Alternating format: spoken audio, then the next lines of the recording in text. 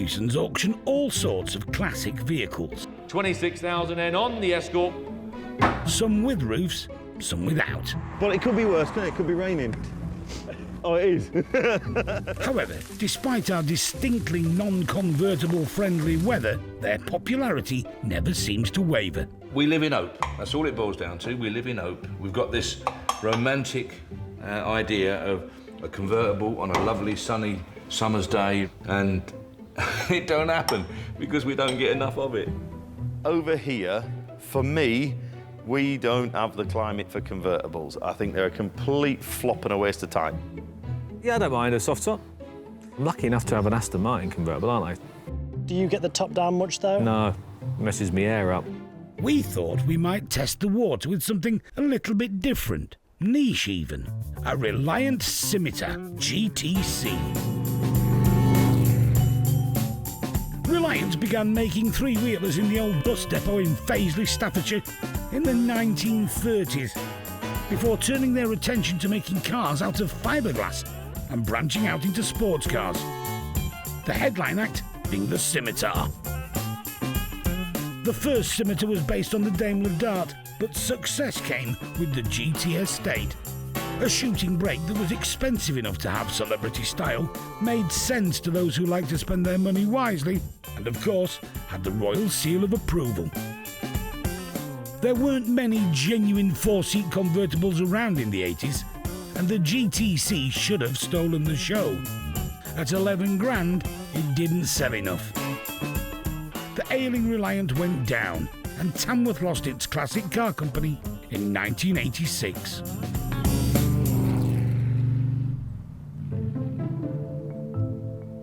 The fact of the matter is, this is a fabulous motor. Absolutely brilliant bit of kit. But it doesn't really fit, like I say, the Banger's criteria. Bangers only really buy stuff that wants a bucket load of work, a fortune spent on it, and there's a great big loss at the end of the day. Whereas this one, you don't want that, you see. If you were to buy it, it would be the best car you've ever bought, put it that way. It's a mystery why the cost of a Scimitar hasn't risen like some other classic cars. But word on the street is that prices are rising, and fast, so we need to make a move. There we are, the convertible Reliant Scimitar. What do you think? Good value for money, these. Fantastic value for money. Dave says it's good value for money. I hope so. We'll see.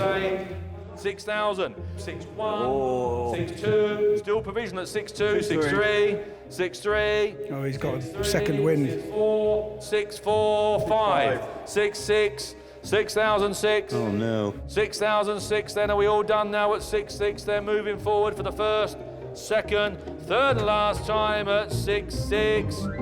Whee! Oh, the Bangers and Cash team this time. There you go. Well done, guys. Thank you. I'm pleased with that.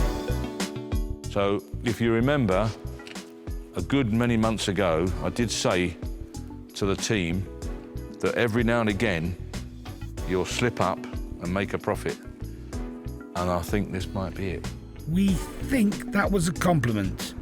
However, the pressure is now on, and it's looking like the Scimitar needs a good fettle rather than a full-on restoration. So we thought we'd take it to Graham Walker in Chester. He and his team have been working on Scimitars for more than 40 years. Yeah, I went to an auction in Leeds and there was a white Scimitar GTE there and I just fell in love with it. I thought, what a stunning car. And it's just snowballed since then. The garage is now the largest Scimitar specialist in the world, with a stockroom full of parts.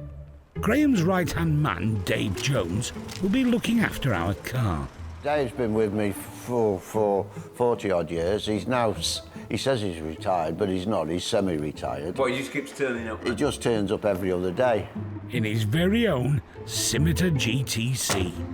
The car has now done 337,000 miles. Sorry, how many? 337,000 miles. It's on his fourth time around the clock. So you and Dave are literally part of the furniture. Yeah. We've probably got 80 years between us, haven't we, on Scimitars? So it looks like we came to the right place. A little bit that way. OK, now straight. Helping Dave out is Dan Lindop, OK. from the younger generation of Scimitar mechanics. Never seen one with gold wheels before. Oh, is that good or bad? They're normally polished, the wheels. I shall get my head torch. It's been well under-sealed, shall I say. Obviously, Scimitar fiberglass, but not the case underneath. No, the chassis is steel. Later on, they did galvanise them, and those are the ones that last, but... But ours isn't. Ours isn't, no, it's too early for that. It does seem to have a fair bit of rust, but everything I'm checking so far... It's falling off, as far as I can see. Yeah, falling off, but the main part of it's still solid, so that's good. How old are you? 35. So, I mean, at 35, shouldn't you be trying to fit nitrous to coursers rather than fiddling around with No, my day of that's gone. I prefer the classics now.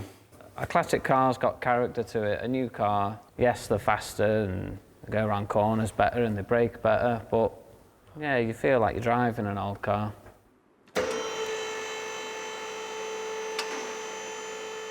Right, we better have a look on the outside then. Yeah. Right. Anything obvious? Yes. Now it's down at... Oh, There's a few things. yes. What? Both of the door mirrors are held together with tape.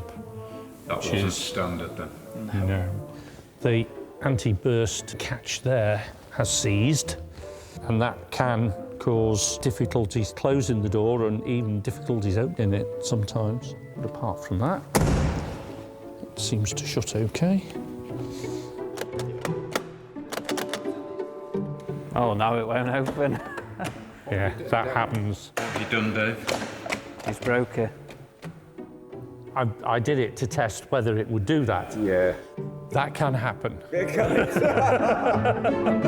has, Dave. It's... Yes. Oh, that's what the wheel used to look like. Yes. So we've got one correct wheel under there. One correct.